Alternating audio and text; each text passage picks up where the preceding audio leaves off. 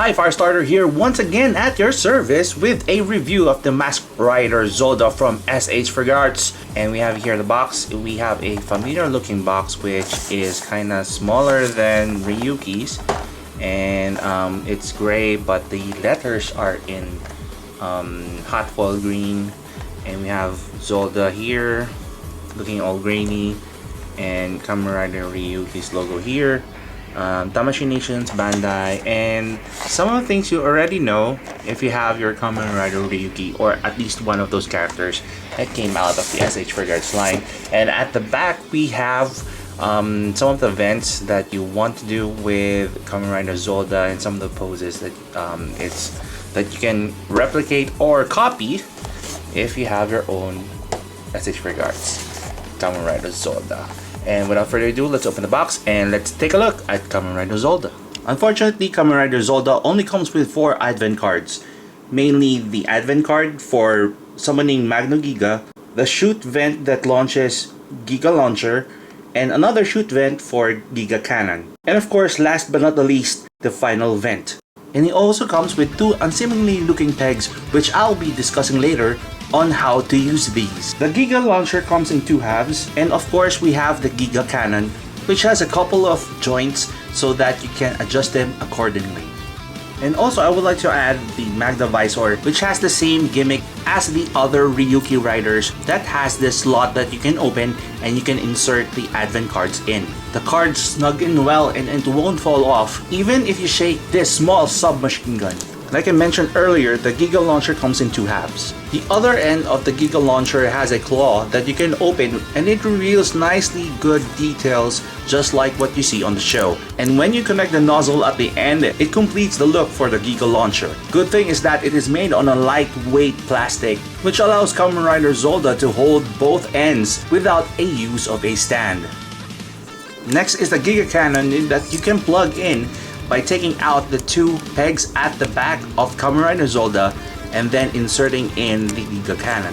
And because it is going to be a top-heavy figure, you might need the peg that I showed you earlier, which you can insert in the Tamashii Stand, which allows him more stability in doing additional poses. But you can also do without the stand if you can balance both legs in a certain angle that allows him to carry both guns without any problem. And we have here the figure, and this is Kamen Rider Zolda, and some of the things that you already know because this is part of the whole Ryuki line of the SH Figuarts. And some of the joints here and most of the styling that went into Kamen Rider Zolda is really matched with Kamen Rider Ryuki. Especially these feet design, which I really dig and I really love because it adds stability in doing really difficult positions on like action poses or shooting poses for Kamen Rider Zolda. And because he also belongs with the Ryuki line, he has also this gimmick on his belt, which you can take this one out and then insert it back in without any problems.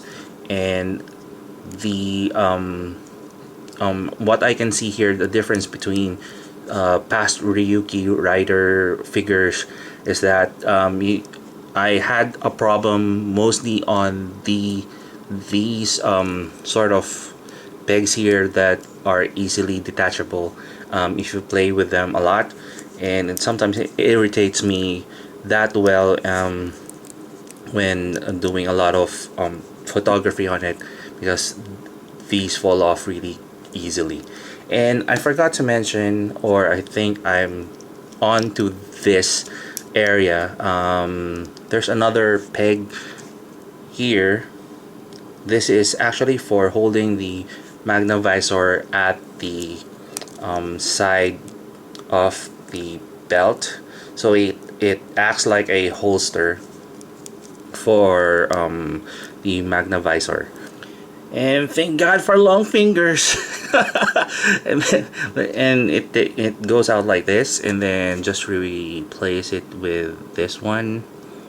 And the thing, one thing to note is to know if you're placing this correctly, there's this extra thing over here, and there's a seemingly equally looking slot or hole or whatever, and just like plug it in and then you're fine. Yep. I just paused there just a minute to know how to do this, and there's this sort of removable peg here, so we can plug it into Kamen Rider Zolda. Now, you guys might be wondering why because of the legs and the arm bits of Kamen Rider Zolda set of this set, it didn't came a complete armor for the Magnagiga. Wait, let me just show you. If you see the proportion between these two, they are almost on the same height.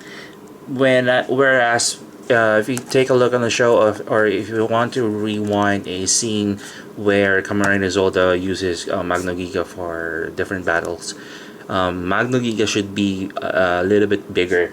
So I also took out Kamen Rider Zolda, the RNM version, and he is a little bit smaller than the SH Figuarts counterpart. So that's the reason why I think they didn't include the complete look for Magnagiga with all of those parts that came with the SH Figuarts, because SH Figuarts is all about likeness and proportions and what have you, so they are selling this in a separate set.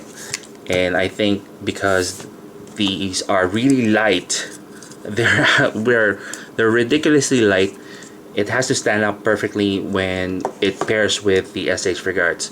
So I think that's the logic why I think they didn't like combine it into one set and even included guard vent and parts for strike vent and so on and so forth. I think that's the logic behind it, and it has to be really heavy because Magnagiga is a big ass robot, so you really have to be Bandai has to be perfect in executing that Magnagiga if it has to be included with or pairs up with Kamen Rider Zolda. I think that's it.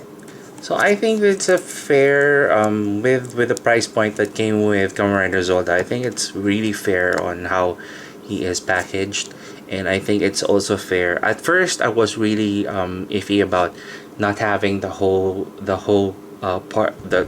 complete parts for Magnagiga in with Kamen Rider Zolda, but I think I see the logic now why it has to be split up. And Zolda is a nice figure to have, and well, most of the Ryuki riders are. I haven't been really ranting about most of the Ryuki riders in the SHF line.